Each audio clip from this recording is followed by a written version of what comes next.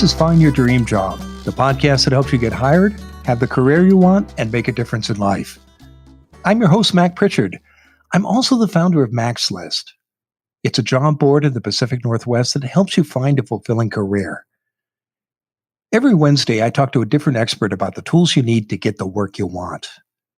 Find Your Dream Job is brought to you by Top Resume. Top Resumes help more than 400,000 professionals land more interviews and get hired faster. Get a free review of your resume today. Go to maxlist.org/topresume. Many job seekers send resumes to as many employers as possible. But today's guest says you'll get much better results by focusing on the jobs that you really want. Serena Chan is here to talk about why you need to stop applying everywhere and what to do instead. Serena is a recruiter with Cambia Health Solutions. It's a nonprofit healthcare company, and she joins us from Seattle, Washington. Well, let's jump right into it, Serena. I've talked to candidates, and I bet you have too, who think job search is a numbers game. And this theory goes like this. If you send your resume out as widely as possible, eventually you'll get interviews and offers. Why isn't this a good strategy, Serena? It's not a good strategy because it looks like you don't know what you really want in a position or in terms of your career path. If you're just sending your resumes out for every single position that you see and apply for me as a recruiter, when I'm looking at this, especially here at the company I'm at, and I can tell if you've applied for more than one, that's what I'll be questioning is, what are you really looking for in that next opportunity? And how can you tell? Are you talking about people who've applied for more than one job in your organization? Or can you also tell if someone is sending their resume out to many different organizations? So I can tell if someone has applied for more than one position at the organization I'm at. I would not be able to tell if someone has sent their resumes on to other companies there. But if you see something like this, it's probably a given that they're probably doing that with other companies too. And if you're eager to work at an organization like yours, shouldn't you be open to any opportunities that might be there and apply for as many jobs as possible? Not necessarily, because if you don't have the qualifications and skill sets for a particular position, but you're just submitting your resume for it, again, as a recruiter, if I'm looking at someone's resume and I don't see where anything matches, and it just seems like they're just submitting their resume for any position, then I'm going to question how serious are they in wanting to come and work for us. And say there are 5 positions open at your organization and an applicant might be qualified for one, but they apply for the other 4. How will that affect their prospects for the position for which they do qualify? In that scenario, I will be looking at what other positions did they apply for and to see if they're similar positions or if they're entirely different positions. It doesn't necessarily disqualify them. There are more than one recruiter here at Cambia, and it could be other recruiters who are looking at their resumes too. And if they do match the qualifications and skill sets that they're looking for in that particular position, then I think the chances are they can get sent on to the manager for review. But if they're applying for just anything and they're not even meeting, the minimum qualifications, then most likely they're not going to be sent on for review. Why do you think people do this, Serena? I think probably part of this is if they are looking for a job or any job And they feel like the more they do this, as you've mentioned earlier in the call here, where they think if they just send it all out, at some point someone will contact them. And I just don't think that's a good idea to do it this way. You should really be applying for something that you're truly interested in and that you feel like you do meet the qualifications and skill sets for it. Tell us more about why you don't think it's a good idea. It's almost like where you're just doing this without being really serious about finding that right position. And depending on what your career path is, too. I've spoken with candidates where they may want to go into a different industry and go on a different career path because they've done all they could in the current one that they're in. And so maybe they want to change, and that's fine. And so if that's the case, then you should be including a cover letter. And that way, we're not just looking at the resumes where this candidate doesn't look like they're qualified. Why did they apply for this position? But if you include a cover letter, then it can make a little bit more sense if you state your interest in the position and where there could be relevant experience or skill sets or why you want to make that change. That will help us out when we're looking and screening resumes for the position. What would you say to somebody who thinks, well, doesn't sending out a large number of applications or applying for multiple positions at a single organization, doesn't that show that I'm eager to work? And doesn't isn't that what matters to employers? Yes, it does matter, but again, it shows that you don't know what you're looking for if you are just sending your resume for every single position, regardless. Um, it, it's it tells me, okay, you're looking for a position, but are you going to be happy in what position though? I won't be able to tell when you do something like this. Well, if applying for every available job isn't a good idea, Serena, what's the better approach? So the better approach would be where if you're on the company's website, what you should do is look at the information about the company to get to know the company a little bit more. And if this is a company that you want to work for, then look at what job opportunities the company will have. And then from there, look at those opportunities and see if there are positions that you are interested in and you feel you are qualified for and would like to work in that particular position. That's when you should be submitting your resume and filling out the application for it. Include a cover letter if you want to, and especially if it's not going to be clear where you do meet those qualifications for that particular position. But that's what you should do. You mentioned including a cover letter and talking about why you're interested in a position. What other steps do you recommend, Serena, to whether it's in the application, a resume, or other materials to indicate that interest? What is persuasive to you as a recruiter? Sure. And I can actually give you a few examples here.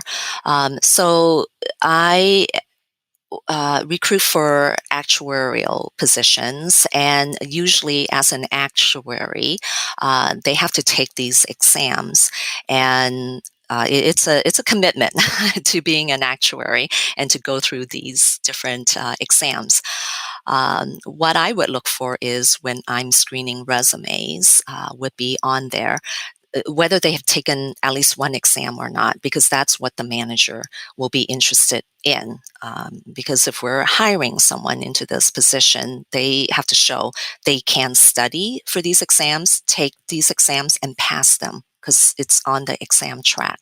And so if you can show on your resume that you've taken a couple, that's wonderful. Besides having maybe for entry level actuaries to show some internships in actuarial, or again, if they are currently employed, that they have some relevance from their work history to show that they could become a good actuary. Um, And then if they haven't taken any of the exams, that's where the cover letter will be nice, where they can kind of indicate why they want to go into this type of position.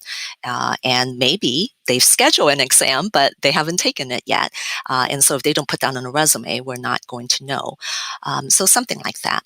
Another example would be strategic communications. I hire for that department. And usually for positions in that department, you need to be able to write really well.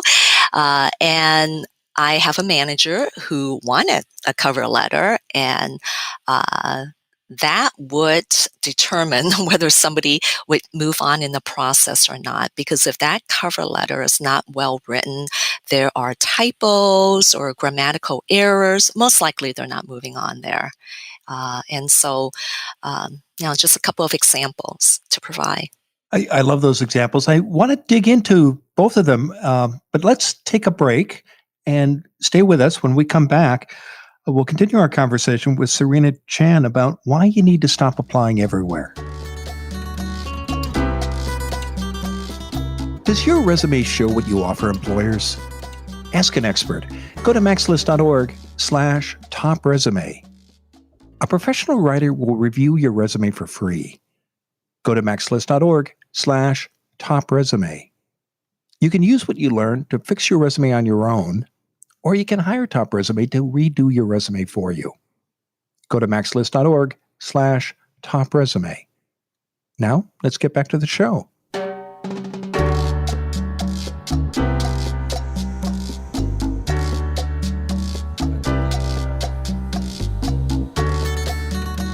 We're back in the Max List studio.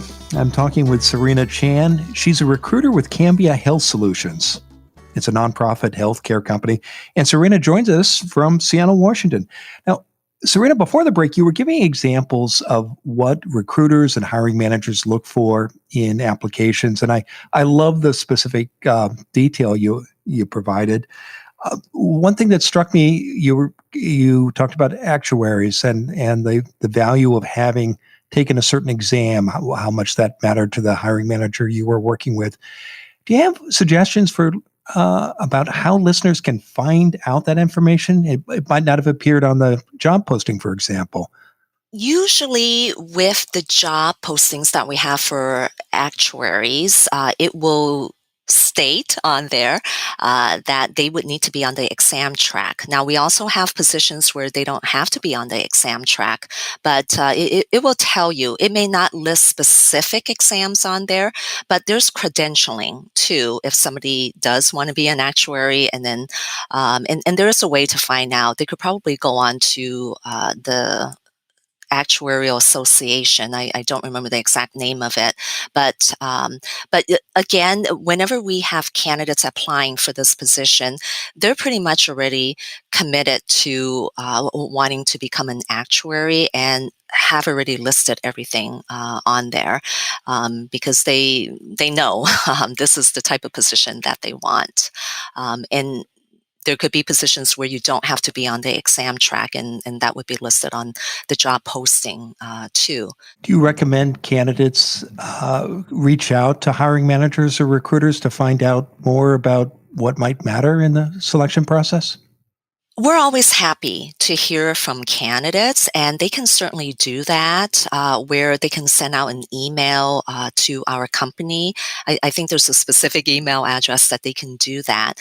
We have an inbox where we actually have someone that does look at that and then respond to these emails.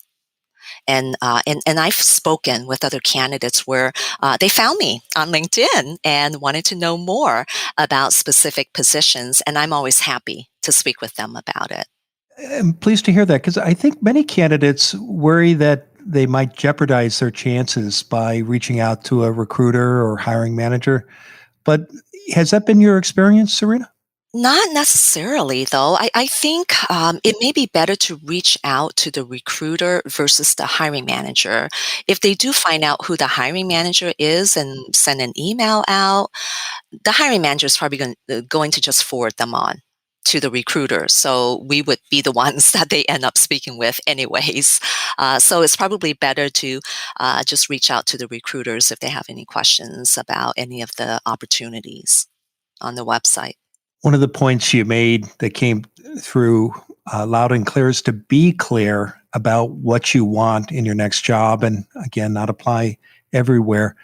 What advice do you have for a listener who might be struggling with getting that clarity, getting clear about what they want to do next? I think again, what they'll probably want to do is really think carefully on that next step in terms of what they want to do by really doing a lot of research. They're going to have to kind of look at the different industries that are out there and researching the companies. For us, we have a lot of information online about our company, what we do, the awards that we have, our leadership team, and just kind of see really what does the company do, what do they stand for, and if it sounds like this is a company they want to work for, then please apply for opportunities that company will have. But a lot of it is probably going to have to be kind of on them to really do that research and look at some of the different resources that could be out there. You know, they can Google and Google all that and look up some of that information. When you get applications from candidates who are clear about what they want to do next, what makes them stand out, Serena? For me, when I'm screening resumes, I am going to be looking for some specifics, and that's because I will know what the manager is looking for. So I'm going to be looking at all of that. Ideally, of course, that they would meet the qualifications that are in the job posting, the minimum requirements, that type of thing, and then I'll send them on. I can also be looking for some intangibles, which sometimes with resumes, you may not be able to tell. And that's where, if there's going to be something that will catch my eye on that resume, I'm probably going to reach out to the candidate and then we can schedule some time to discuss some more. And then I'm going to be asking some further questions at that point. Can you share an example of something that has caught your eye in a resume and inspired you to reach out by email or phone and talk to that candidate? So I have an underwriter position, and this candidate was in an entirely different location. And in working with the manager, where it was supposed to be for a specific location, but knowing that the manager has staff in some of our other offices in some of the different states, and I saw where the candidate was, I wanted to see from the manager at least whether the position can be in one of the other offices. And if that's the case, then I'm going to reach out to this candidate and see if potentially they may be interested in the position and we can maybe keep it in that location where the candidate is at. There was some experience on this candidate's resume where it may not necessarily be exactly the type of experience I was looking for, but it was in a different industry, but the skill sets were transferable. And so that caught my eye, and I wanted to be able to consider this candidate for the position. And so it worked out. I did speak with the hiring manager, and it was fine for that position to be in that particular location. And I reached out to the candidate, and we had a conversation, and we were able to schedule the candidate for an interview. It's a great example. I'm curious, are there other cases of steps that candidates have taken that have signaled to you that this is an interesting person, something they said or did in their application materials that caught your eye and inspired you to reach out to them? It was really interesting. There was another candidate who included a cover letter and actually had written down a little bit about their life story, which normally you kind of want to look more at someone's experience and the qualifications, but there was just something about that life story that kind of resonated with me, and that really caught my eye. And then I kind of took another look at the resume and uh, went ahead and decided to kind of send them on because there was something there where it could work in terms of this particular position. Because you also want to look at, is somebody going to work well within a team too? And there was just something there, from that cover letter and from that person's life story that just kind of resonated with me. I wonder how often do people share those kinds of personal details in their cover letter? And because it sounds like it might be an effective approach, a way of standing out. Yeah, it's not that often they do that, and so that particular candidate was certainly very creative in doing so. And I think sometimes too, if somebody wants to go into an entirely different industry and wanting to go into a particular position, then they should try to see if they can maybe take some courses uh, at school. Maybe go back to school and take some courses to try to get that skill set so they can be a more competitive candidate. Because with each position that we have, sometimes we get a really large pool of candidates and it can be so competitive. And so that could maybe help them a little bit if indeed they are looking for something where it's entirely out of the realm where they haven't had that experience in that type of position. And if they truly want to make a change, then that's what they should do, is to try to either look at maybe taking some classes or courses on that, or just developing their skills so that they can be more competitive. Well, Serena, it's been a great conversation. Now, tell us what's next for you. Well, so right now, we're definitely hiring, and we would be happy to have candidates and your listeners apply for our job opportunities. So they're listed out on the corporate website, and they're welcome to also look me up on LinkedIn if they want to connect and have a conversation with me. I'll be happy to speak with them too. Cambia is a company where we have a portfolio of other smaller companies. Regions is one of our companies where they offer health insurance plans, but the other companies are more innovative and creative as they look at healthcare needs for people who may have kind of different ideas about what their needs may be. And so more information about us online, which I hope they will go out there and do a little bit more research on our company. Listeners can learn more about Cambia and the job opportunities that you offer by visiting cambiahealth.com/careers. And I appreciate your offer to connect with listeners on LinkedIn, and I hope that they'll mention when they reach out to you that they heard you on the show. Now, Serena, given all the great advice you've shared today, what's the one thing you want a listener to remember about why you need to stop applying everywhere and what you should do instead? And so the one thing that I would like them to take away from this is do your research on the companies and making sure that that is indeed where you want to work at. And it's something that you can believe in their mission and the values that they have, and apply for the positions that really interest you, that you think you'll be happy in. Because we're at our jobs uh, Mondays through Fridays, 40 hours per week, maybe even longer than 40 hours per week. And we spend a lot of time here. So we should really be happy doing what we're doing in our jobs.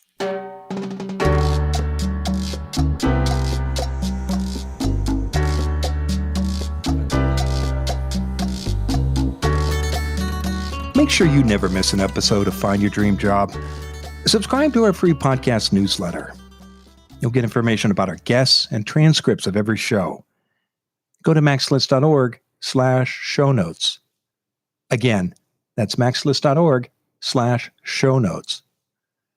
Next week, Our guest will be Kamara Tofolo.